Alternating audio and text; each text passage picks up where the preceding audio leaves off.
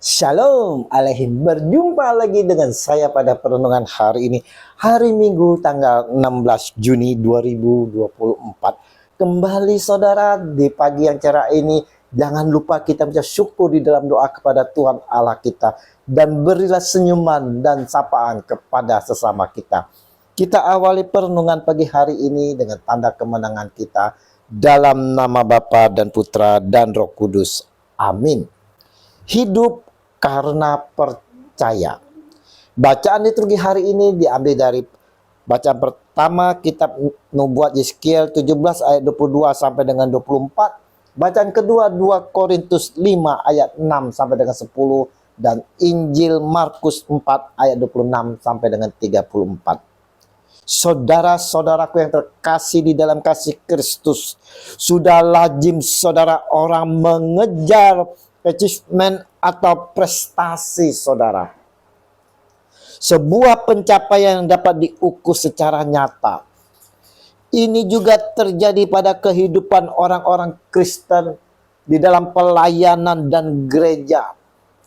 Ketika tidak tampak hasil yang nyata, maka dengan cepat kita mengatakan kita gagal atau kegagalan.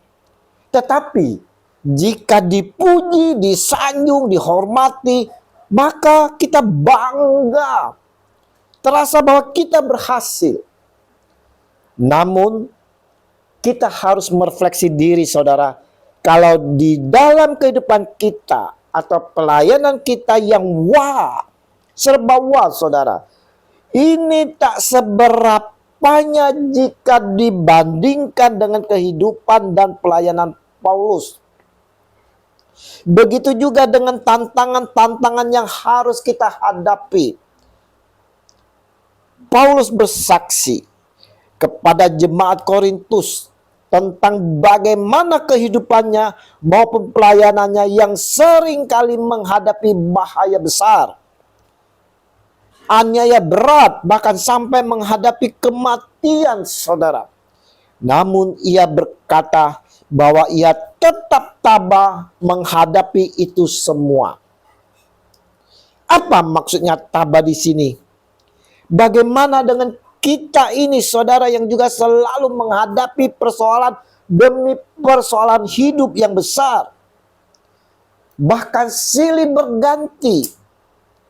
Adakah setiap pencobaan yang kita hadapi ini saudara, kita jalani dengan sabar dan tabah? Paulus belajar menghayati pengalaman iman yang berbeda. Jika berfokus pada hal yang terjadi saudara, dengan mudah Paulus dapat menjadi tawar hati dan merasa gagal. Bayangkan, di satu sisi ia menghadapi tekanan dan ancaman orang-orang Yahudi saudara. Di sisi lain ia menghadapi penolakan dari orang Kristen di gereja perdana terkait kerasulannya. Bagaimana Paulus dapat bertahan di tengah tekanan ini dan tetap setia mewartakan Kristus? Inilah pengakuan Paulus. Sebab hidup kami ini adalah hidup karena percaya, bukan karena melihat. 2 Korintus 5 ayat 7. Hidup dan karya Paulus ditautkan hanya pada kepercayaan bahwa Tuhan tidak pernah salah memanggil dia. Jika iman kita hanya didasarkan pada yang kelihatan, di mana keberhasilan kita saudara, sehingga kita dipuji, disanjung, dihormati, maka saudara kita akan menjadi sombong dan jatuh ke dalam dosa. Jika iman kita hanya didasarkan pada yang kelihatan, akan kesusahan-kesusahan kita, penderitaan kita yang kita alami di dalam kehidupan ini saudara, kesulitan yang ada ataupun tekanan-tekanan, intimidasi, penolakan, penganiayaan dalam pelayanan kita, kita akan sangat mudah terombang-ambing saudara. Apa yang tampak tidak dapat menjadi ukuran.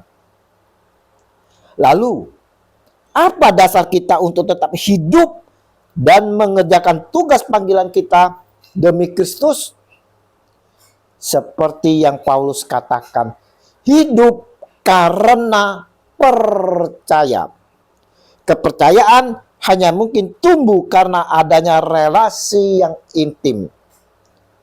Apakah kita sudah membangun dan memiliki relasi yang intim dengan Tuhan, saudara?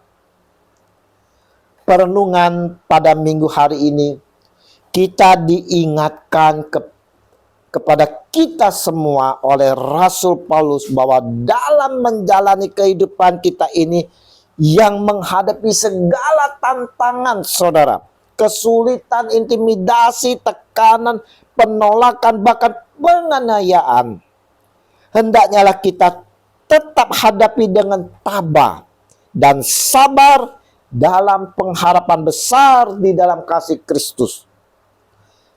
Biarkanlah dalam hati kita ini, saudara, tetap hidup penuh percaya akan Dia, Yesus Tuhan. Tetap teguh iman kita akan Dia, dan tetaplah selalu menjalin hubungan yang intim dengan Yesus Kristus yang selalu memberkati kita. Tetaplah hidup, saudara, hidup yang melekat kepada Dia, karena Dialah pokok dan kita carangnya.